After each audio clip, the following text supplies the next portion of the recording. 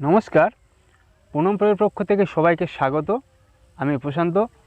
আজকের আপনাদের জন্য নিয়ে এসেছি চোখ দুটো টানা টানা ঠোঁট দুটো লাল লজ্জায় রাঙা হয়ে থাকে তার গাল এই গানটির টিউটোরিয়াল।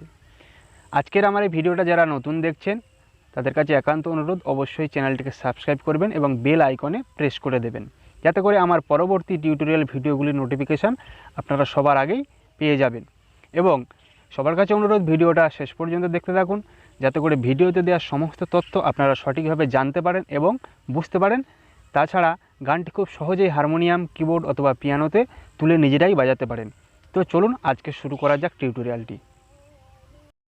গানটি প্রথমে আমি একবার বাজিয়ে দেখিয়ে দেব, তারপরে একবার ধীরে ধীরে একটা একটা করে রিড ধরে দেখিয়ে দেব, যেটাতে আপনাদের অনেকটাই সুবিধা হবে গানটি নিজেদের আয়ত্তে নিয়ে আসতে।